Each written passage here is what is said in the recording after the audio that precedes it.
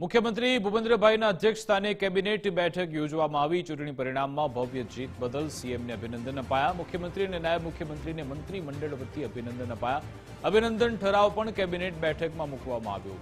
કહેવામાં આવ્યું, ભાજપ સરકારની કામગીરી પર જનતાનો ભરોસો યથાવત છે। ભાજપની વિકાસ યાત્રા આગળ ચાલતી રહેશે। જનતાનો ભરોસો ઓછો નહીં થવા દઈએ તેની ખાતરી આપું છું તેવી વાત પણ કહેવાઈ। મંત્રીમંડળે ગુજરાતની જનતાનો પણ આભાર માન્યો તેવું જીતુભાઈ વાઘાણીએ કહ્યું। જે પ્રકારના જનતા જનાર્દનના પ્રેમને આશીર્વાદ ભારતીય જનતા પાર્ટીને મળ્યા છે,